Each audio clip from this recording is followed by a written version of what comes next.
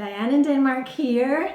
It is hygge time. Now normally I'm always saying to you, get off your bahookie and do something. Today you might want to go and make yourself a cup of tea before you sit down and watch this video, because I want to share with you one of the most hyggelig traditions that they have in Denmark, which is Danish carnival or Fastelavn.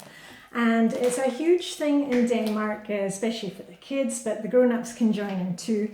I'm going to be showing you a Fastelavn fleece, and don't worry, because if you can't buy them where you live, I'm going to show you how you can make one just with some bits and bobs that you have at home. And as always, there's a lot of cake involved in Danish hygge. So I'll be telling you about the Danish Fastelavns boller, which are carnival buns. But anyway, let me move those to the side, because we're all going to get tempted. We'll talk about this in a wee minute. I'll just move this out of the way. I've got a little barrel with the cat on it. Now, Danish carnival is always in the month of February. It's a movable feast which is linked to Easter. So it's 7 weeks before Easter, which means that it's this weekend, Sunday, just check the calendar, yeah, Sunday the 11th of February. So right now the shops are full, the bakers are full of buns, the kids' toy stores are full of costumes because the kids dress up, and supermarkets are full of Fastelavn fleece and good deals on sweets, candy, because we're coming up for it.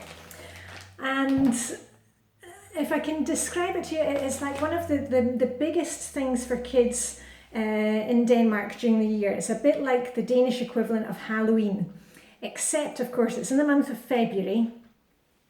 And it's funny because when I first came to Denmark, I was thinking, February is the coldest month. And I was thinking, for me, carnival, I think of like Rio and dancing in the streets and like a bikini. And that is it's not the kind of weather for doing that. I mean, I was down for my skinny dip this morning, my winterbather. And I was down with my bestie, Helena, this morning. And it was -5 Celsius, which is, let me check, so I had to write it down. -5, that is 23 Fahrenheit. And I don't know if you can see behind me, but it's snowing today. There are little snowflakes coming down all the time. The water temperature has gone down again to 1 degree Celsius, which is 33 F, and there was ice on the bathing steps this morning. So the month of February is always cold. It's one of our coldest months, and we often get snow in February if we haven't had it the rest of the winter. Anyway, so it was kind of weird that the Danes have the carnival in February. And when you see all the kids get dressed up, they get dressed up as a princess or Spider-Man, if they're like 5 or 6 years old. And every creche, kindergarten, school, scouts, guide troop, supermarkets, hotels, everybody will be having a Fastelavn, a carnival party this week. And it's quite funny when you see the kids, because it's minus, we're below freezing during the day, especially this week.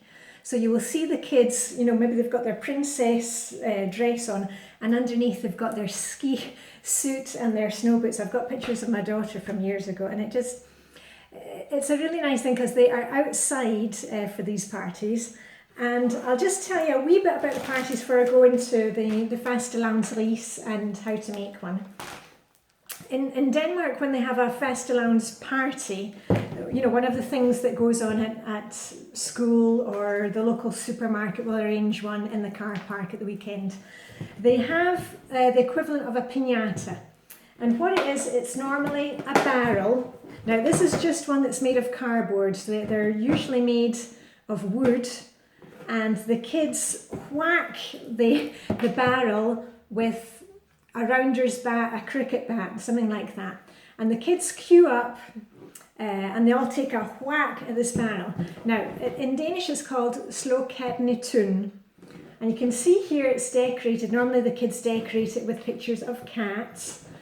And that's because in the old days, I mean I'm not talking like 20 years ago, I'm talking hundreds of years ago, there was actually a live cat in the barrel, and they would take turns, you know, the grown-ups to whack it, and it was kind of a, you know, superstitious thing, warding off evil spirits. But anyway, don't worry, no live cats these days in Denmark, but you will see the cat motif, you will see it used on everything. So it's called slå katten i tun, which means whack the cat out of the barrel. And these barrels, they're hung up like a piñata, and you will fill them with sweet, you know, candy, and maybe some oranges, clementines. If you're really healthy, maybe some carrots. And the kids whack it with the bat, take it in turns. And first of all, whoever, now let me get this right, whoever whacks off the first piece of wood, you know, the first piece of wood that falls down, gets a little crown, and they are called, you've got to have a little crown, they are called the Queen of the Cats, Katadorning, cats again. And whoever whacks the very final piece where the whole barrel just collapses and all the sweets come out, they are called the King of the Cats, which is Kedakong. And then they get this little hat to wear, and really if you're a Kedakong, you really are king of the castle. It's a huge feat if you've done that. But anyway, we're not going to put any live cats in there. As I said, it's really just sweets and things. And there are an awful lot of sweets involved at Carnival, just like Halloween in the USA. So anyway, let me put my barrel over there a wee minute, and I'll show you the Fastelavnsris. Now, this is something that you'd find in the Danish supermarkets or any kind of handmade chocolate shops. They're all selling these right now. And this one, it looks quite fancy, but when you open it up, it's a bit of a disappointment, you know. It's like buying cleaning gadgets that you think are going to clean the house, but it's you that's got to clean the house. Anyway, I'll take it out so you can see. This is one, but I don't buy these for my kids anymore because we make our own, and I'll show you what I'm doing for mine, because mine are teens now. But when you take it out, here we are, you'll see there's the cat, and inside, you'll get a wee horn, a wee toad horn. It makes some noise. And you'll see here it's branches, you know, just branches from outside in the woods and in your garden. And they attach sweets to it. And you can see here, this is a kind of measly one. This was a cheap one from the local supermarket. You can see here there is a lollipop attached and a wee bag of Haribo and one of these sweetie, not a necklace, a bracelet, you know, the ones that you can nibble all day and make a mess all week, and some chews on it. And the tradition with this was that also going back a couple of 100 years, young bachelor men and young maidens would kind of flog each other with it. It was a kind of mating thing, you know, mating ritual thing. But these days you use it, or what the Danes say they use it for, is that the kids take the Fastelavnsris and they flog their mum and dad out of bed on the Sunday, and then the mum and dad are meant to give them some sweets or one of these, which are the Fastelavnsboller. Now, Fastelavnsboller, I'll show you how to make one of these in a wee minute. Let's just go through the buns. There's a little song involved, so listen, if you are of a nervous disposition, close your ears now, put on your headphones, because I'll sing you the song. And it goes like this, it goes, Fastelavn mitt navn, boller vil jeg have, hvis jeg ingen boller får, så laver jeg ballade. Boller op, boller ned, boller i min mave, hvis jeg ingen boller får, så laver jeg ballade. And that just means, my name is Carnival, I want some buns. If you don't give me some buns, I will do something bad to you. Anyway, I did a thing about wienerbrød, about Danish pastries. Was it last week? I'll put a link to the video there. There are different types of carnival buns. I've gone for the really over-the-top ones today to show you. There are two types. There are the type which are a bit like the Spandauer that I showed you last week, very similar to those. And then you have these ones, which are basically, you know, it's a Wiener Bolz dough, so it's a yeast dough, a sweet yeast dough. And then they cut the bun in half, and I have a wee bit of that marzipan and sugar kind of remonce thing, or some cream, and then whipped cream. Can you see those there? And these days, of course, you can get all different types. This was from the fancy baker, Laukehusel.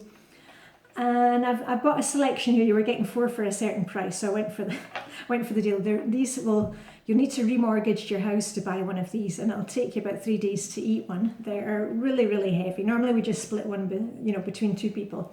Anyway, here's a wee selection so that you can see. This one has got cream in it, just a plain cream one, the kind of basic one with the kind of white chocolate curl on the top, and a wee bit of icing sugar. This one, I went for this one. This is going to be mine because I love anything with raspberry in it. So that's got a raspberry cream inside and some raspberry icing. This one is blueberry and it's got nougat in it, soft Danish nougat. And the last one you can see has got a wee bit of strawberry on it. That is strawberry cream inside. And what you would normally do is you would have that on... Of course, the bakers start selling them as soon as Christmas is over. The Fastelavns Boller are in the shops. But normally you would eat those on Sunday, maybe with some hot chocolate if it's the kids, or I really need like 2 cups of tea to get through one of those. But that's another one of the traditions here, that you've got to eat a Fastelavns Boller. Right, anyway, on to another sweet thing, which is the Fastelavns vis. As I said to you, you can buy these in the shops, but they're normally a bit kind of measly with what they put on it, and maybe your kids don't like that, or you can make a healthy version if you really want to do that. So let me just bring some things over. So I was out in the garden yesterday, and if you've got access to any kind of park or forest, don't go sabotaging the neighbours' bushes or anything, but just take a few branches, and it doesn't have to be perfect, and the wilder the better. And I don't know if you remember, I did my declutter last week in the basement, and I had this bits and bobs thing, and I was going through ribbons, and I had the feathers, and this is where they come in to play. And also, do you remember these? I was humming and hawing from the Halloween box whether to keep these or not. Well, what do you know? Look. So I'm glad I kept them, because there's all these cats everywhere. Remember, we had the cat in the barrel, so you see all the motifs. So what you can do is, I've got some bits and bobs here in my box, and I'm just going to take, let me take this nice, see, I've got a bit of pink ribbon here, and you just tie your branches together. And remember, this is a great craft that you can make with your kids. And when my kids were at nursery, the kids go to creche here from the age of about 1 year old, and then they go on to nursery at the age of 3 years old to 6 years old, and then after 6 then they start school. The pedagogues and the pedagogue helpers at nursery, they sat and handmade like 60 of those for the kids at nursery, so hats off to them. Can be a bit time consuming, but anyway, it's a fun little craft. So you're just going to, attach your branches together, and we might make a wee bit of a mess. I can see there's bits falling off. We'll tidy that up later. And then if you've maybe got some pipe cleaners or string, I use little bits of garden wire. Just make sure if you've got wee kids that it's not stuff that's going to, poke their eye out. And then if you can maybe draw a cat, or the other famous motif that they use a lot is a mask. So draw a wee mask, you could cut that out. And you're just going to take your piece of, pipe cleaners are really good to work with if you've got small kids for doing these. And then just attach it as best you can. There we are. Here we are, see I've got a wee cat on it. And then you can take anything from your kind of bits and bobs box. If you've got feathers, those are really good. In Sweden, as I said to you, they put feathers on the branches outside on their trees around Fastelavn time. There we are, so you've got a wee feather on it. Let's see what else. I'll take another feather. Gosh, I'm all pink today.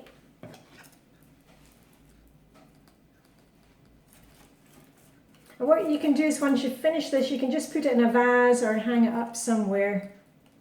Especially if you've got weather like us at the moment with the, can you see the snow outside?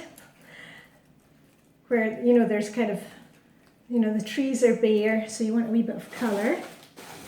And then also if you've got some crepe paper, you can take some of that. And put that around it, and you know what, it doesn't, you know, the more garish it looks, the better. I'm going to take a wee bit of that one. And then when you're happy with, you know, what you've got on it of feathers, you know, if you've got some old buttons or bows, just keep adding those, and you can see it gets quite colourful. And then what you would do is, if you've got something like, you know, little boxes of Smarties, or like they did here, the one in the supermarket, little Haribo packets, you can attach those. And if you want to make a healthy one, I don't have any here, I don't buy them anymore, but those little boxes of raisins, those are quite good. That's what they did down at nursery, those raisins on it, and then a few wee boxes of sweeties like Smarties. There we go, Smarties are on. Or, you know, a fruit bar, you could put that on it. What else have I got here? Or if you've got kids who have got braces and can't kind of eat a lot of sweets, the sugar-free chewing gum, that's a good thing for them to eat because it doesn't stick to your braces. Did you know that? Yeah, I didn't know that until my two had braces. Let me see if I've got a bit of longer wire.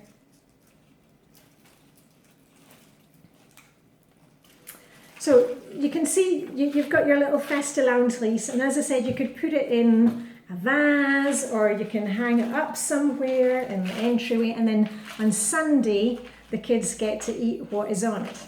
But my kids are a bit older now. I mean, I've got a DS, a dear son 18, and a DD 15. And what we have done the last couple of years is I take, I'll just move my Smarties out of the way. I take a basket, they each get a basket. And what I do is, you know, I maybe make up the kind of basic Fastelavn fleece and put that in it. And then what I do is just put in, like, my DS18 is mad about Nutella, or some other chocolate. My DD15, she loves toffee and after eights. You know, you could put a bottle of cola in there. As I said, you know, if you want to go down the healthy route, you can do things with little gifts and make it kind of like an Easter basket thing. But that's what we do in our family, and I hope I've given you a wee bit of inspiration to what you can do for Fastelavn. I would love to know if you have Fastelavn where you're at. In Germany they have Fasching, which is kind of the same thing. I'm not sure if, you need to tell me, all my nice German subscribers out there, if you do the thing with the barrel. I'm not sure if that's a German thing or not. But anyway, at least we have the snow here, which makes things look a bit nicer today. Hope I've given you a wee bit of inspiration. I'm going to put those Fastelavns Boller well out of sight because otherwise they'll be eaten before the family get home tonight. But anyway, as usual, may the live long and prosper. May the Danish hygge be with you. Have a great day out there, and I shall see you very soon. That was it for me, Diane in Denmark.